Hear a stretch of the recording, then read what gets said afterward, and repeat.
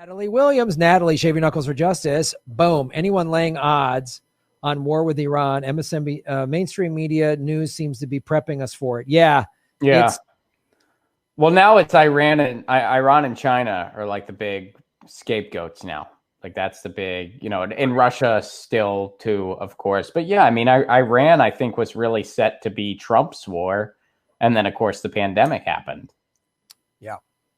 And now he kind of wants us. I mean, so I did a story a week ago on how the Israelis were notified on November 25th that America, is going to be sending military into Iran with a war with Iran. And then on the 27th, that Iranian nuclear scientist was assassinated.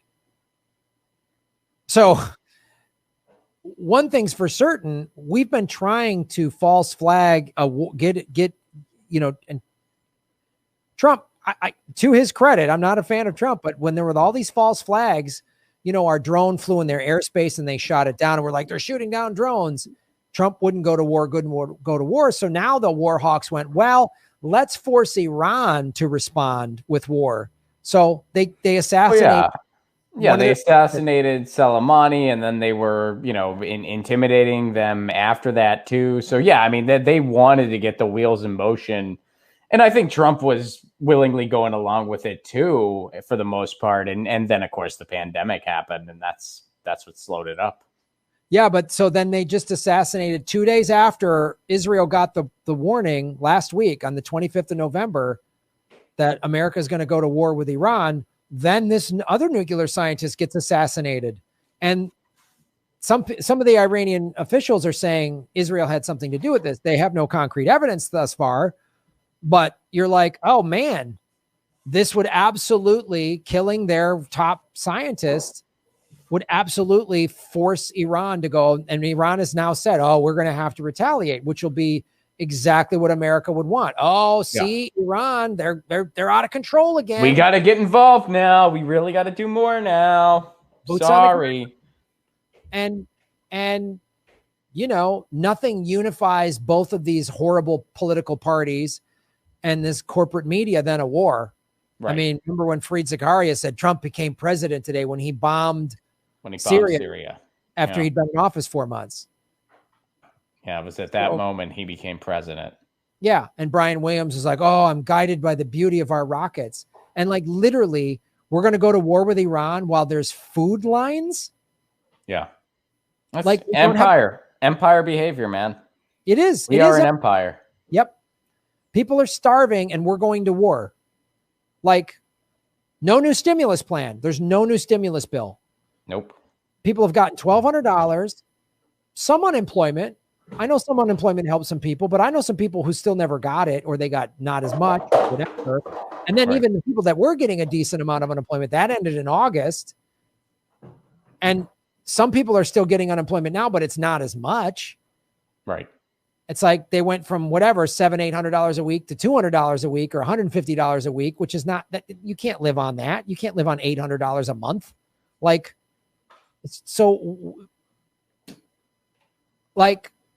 it's insane. So Ron, I mean, do you think that obviously they've been banging the drum about China for a while because China, has gotten off the petrodollar and they use the petro yuan now. China is also making its own digital cryptocurrency, and China just bought up or actually confiscated a bunch of Bitcoin. So it's taken Bitcoin off the market, which means Bitcoin has helped drive the price up. How do you see this playing out with Trump and Iran? I mean, do you think we're going to go to war with Iran before Biden gets sworn in? No, I don't think so. I just don't think. I think that there's just such a circus going on with the whole transition of power and this and that, and I don't think the interest is quite there yet. I think they would rather have Biden come in, people feel a little bit appeased, and then we'll go to war with Iran. I see it happening that way. What do you think? Well, now that this guy was assassinated, and I cannot believe that the CIA wasn't somewhere involved in this. The CIA and Mossad weren't somehow involved in this assassination. There's no evidence yet, but just my gut is telling me that's going to happen. We have been trying to get into a war with Iran for several years now. Mm-hmm. Well, decades, if you really want to be specific. But I mean, you know, Hillary Clinton was on the floor of the Senate in 2007 talking about we need to get Iran. You know, George W. Bush was talking about them. Yeah, it's on the list. Yeah, I mean, it's on the list that they handed Wesley Clark. I mean, it's like, and yeah, those wheels are still in motion. GW started it. Obama continued it very willingly. Trump continued it too. It was definitely a little slower because of everything else that happened over the past 4 years. But I mean, we've had that stuff that happened in the Strait of Hormuz like a year or two ago. They've been trying to get into this. And now with this assassination, and which Iran vowing retaliation, which is just everybody in the White and the State Department must be like, all right. The Pentagon might be like, yay. So my worry, knowing how these psychopaths within the American empire operate, is there's going to be some Iranian false flag attack, or they're going to have credible intel that they're going to do some attack and let it happen or whatever. There's going to be some big awful something, and it's going to go, Iran, we got to get it. And you think it'll happen before January? Yeah. Really? I mean, maybe. I feel like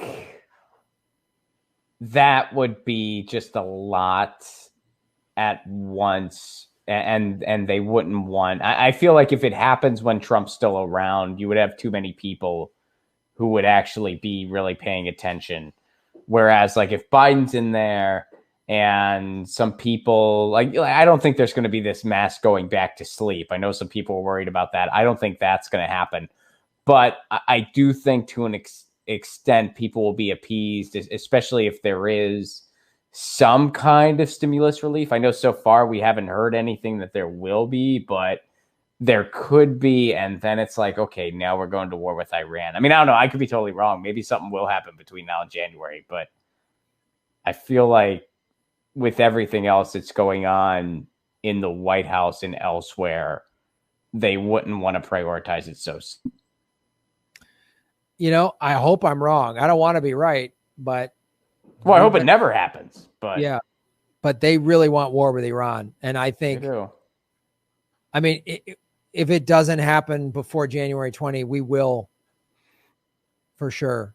I think especially if the economy, if it doesn't happen before January 20th, so the economic collapse is really going to hit in probably late January or February, and it might, if it happens before the inauguration, I don't think it might happen after, but Biden will come in and everyone will say, oh, let's wait to see what he does. And he might pass a stimulus bill or this or that. And, you know, Pelosi will finally be in favor of, you know, she deliberately didn't sign one before the election, which just hurt the American people. But I think then if there's like rent eviction riots or protests on the street, and some of these food bank lines get, you know, become more unruly. People are pissed off because they're hungry. And you get all the, when the eviction moratorium ends January 1, then people are going to like hit the streets and be pissed off. And that's going to, and I think when the people are in the streets mad about this government screwing them over and realizing both parties don't give a damn about them, that's when, to your point, it might be like, oh, Iran attacked us. Right. This will unify the country. Yeah. Here's a common enemy. Here's the source for our problems. Yes. Yes. Just like trying to blame China for this virus. It's like, blame everybody at Fort Detrick. Blame everybody that did the pandemic. Yeah. Oh, it's by the book propaganda. Let's not look at what's going on in our elections. Let's blame Russia. Let's not look at what's really going on with how we're handling this pandemic. Let's blame China. Let's blame, you know, and let's blame Iran for this. And it's been going on for like 40 some years now, man. Yeah. So how do you see America? We've talked about this before when you've come on the show. How do you see America like playing out? Like, I mean, like, you know what I mean? Like this, yeah. So this is what empires do. This is what empires do that are end of empires look like what we're doing right now. So how does the collapse of the American empire, what's that going to look like? Well, I mean, the optimist in me is hoping that it's just a kind of gentle fall where it's just like our imperialism just kind of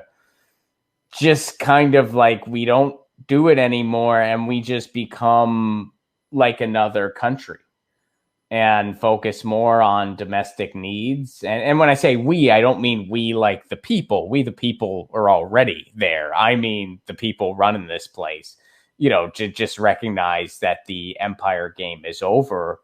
But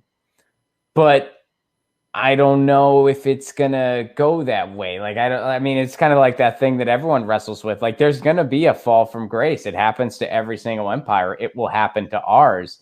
How brutal will it be? That's tough to say. I mean, it could be real brutal where this place is kind of remnant of a third world country. In many ways, it already is. That could get even worse. That could be amplified even worse. Or we could have a rough patch for a little bit and then kind of transition into a better tomorrow. I'm hoping it's the latter. Is it possible? Sure, it's possible.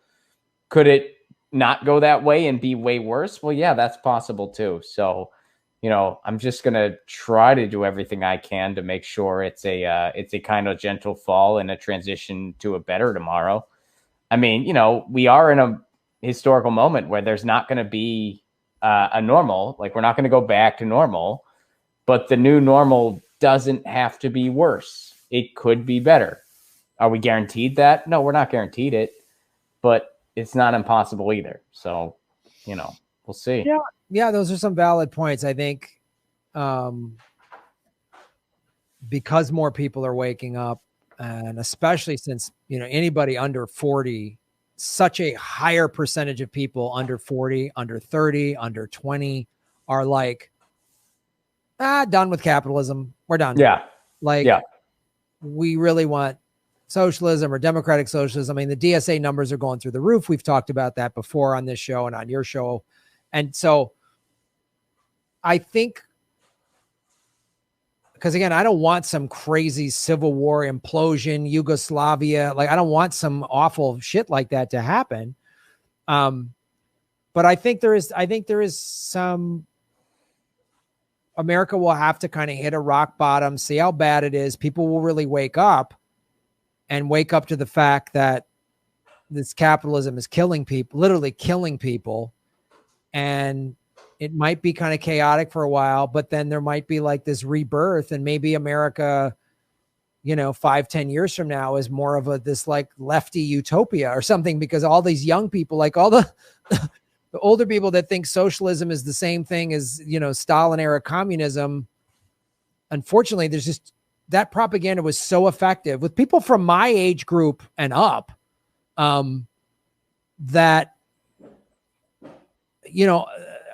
some of those people just are going to have to, unfortunately, die because they're not going to change. It's like you hear about this nurse talking to somebody that's like dying from COVID, and they're like, I'm not saying it's not real. Yeah. It's not real. It's like that.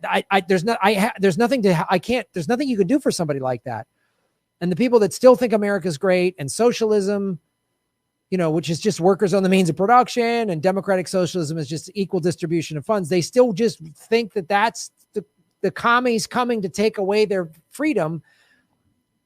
Maybe they need to go. I don't know what. And then these young people are really taking over, and they're going to be like, and some of the young people are Pete Buttigieg. They're sociopaths. Like every generation has its power hungry freak nuts, like psycho, eat people, whatever for power. But I think enough of these people are like, hey, you guys took away my, think about somebody in their high school or 20s right now, like, oh, this pandemic took away my high school graduation, took away my fun college years. And now you economically are screwing me over. And now with climate collapse, I'm not even going to, all these young people are talking about, I don't even know if I want to have kids, because do I want my kids to grow up in just an apocalyptic hellscape? And I think enough people are getting pissed off. We've been at plenty of protests on the streets, and it's mainly young people. It's people of all age groups, which is cool, but it's a lot of young people going, we're done. So I guess it'd be nice to, I hope that's what happens, is that out of this empire just kind of fumbling and falling apart, young people go, and just Americans in general wake up to just know everybody was dancing in the streets for Biden, in early November, are going to see how awful it is and go, all right, the system's done. We got rid of Trump. Biden sucks too. Let's create a new system. I hope that happens. Yeah, I mean, I do too. I mean, I think in many ways, I think it's really just what kind of magnitude are we going to look at? Because I think everything that we laid out is going to inevitably happen. It's just a matter of the magnitude of how it happens. Like, yeah, we're going to hit rock bottom. I'd like to think we're kind of hitting it now, because it's not, you know what I mean? Like, it's not like when a society hits rock bottom, it's not like the same as like a person where it's like, well, you just wake up in a pile of your own vomit, like, some dive bar floor or whatever. And you're like, this is rock bottom. And the next day you like do whatever, call your brother and apologize. I don't know. I'm just making shit up. But like, for a society, it's kind of more like, this is rock bottom. You hit it and you kind of bounce a little bit, where there's some like bright spots where you bounce up and you see, like, it's like you're hitting rock bottom, because as a society, we're really screwed. But then it's like, oh, you bounce up and you see 26 of the 30 DSA endorsed candidates all won. You hit right and you bounce up and you see the numbers are going through the roof for DSA. You bounce up and you see 70% of the public is ready for Medicare for all. So I think, like, if the rock bottom is kind of where we're at now, then yeah, I mean, we could be, embarking on a path to a better tomorrow. However, it's not going to be a totally smooth path.